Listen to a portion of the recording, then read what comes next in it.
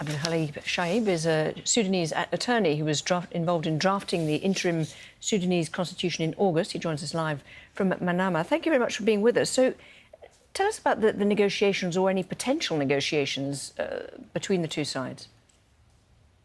I think, it's pretty much as you said. I think the situation right now is very complex for both parties. It's very complex for the Sudanese, and no signs in both parties of being willing to negotiate. I think it's the whomever gets to achieve quick wins will be able to better position to negotiate. So that is the situation right now. We've seen the ceasefire for humanitarian passage didn't go well for 3 hours. Each party is accusing the other that they didn't honor the agreement. So I think it's a bit premature to conclude that a negotiation, a permanent ceasefire will be in place. But the loss, of course, was for the Sudanese people for now. And tell me, we heard a little bit about what's going on in Khartoum. Can you give us a broader picture of across the country how much fighting there is and what's happening? I think the fight currently concentrating in Khartoum.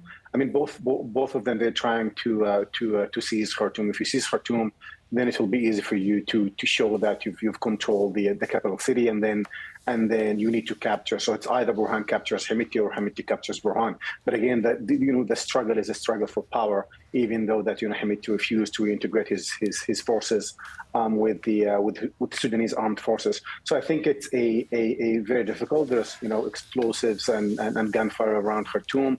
There is in Murray as well. Hit and run between the RSF and the Sudanese armed forces.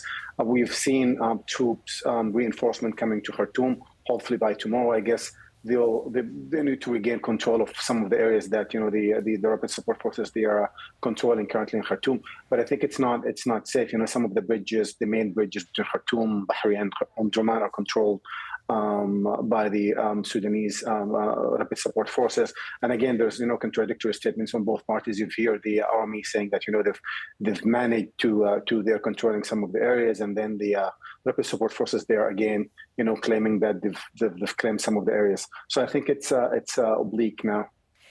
And tell me about the services, because it sounds as though things have gone quite rapidly in terms of cuts in water, electricity. That's actually happened quite fast. Yeah, I mean, it's most of the people. There's two main hospitals. They're gone out of service. They've asked patients to leave, and of course, there's nowhere for them to leave because there's no safe passage for them to go back home.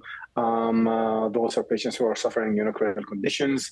They've been subject to treatment, even wounds. I mean, there's like more than reported 185 killed on the past 3 days, and there's more than 1,800. But again, no one has any casualties in terms of the who's suffering from the military.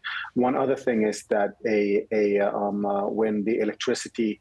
When there's a blackout in the electricity, then people they don't have access to the internet because the towers are connected to the electricity, and actually there's no water because most of them they depend on generators to get them the water to tanks. So I think it's very difficult in different levels. So and also movement is not easy.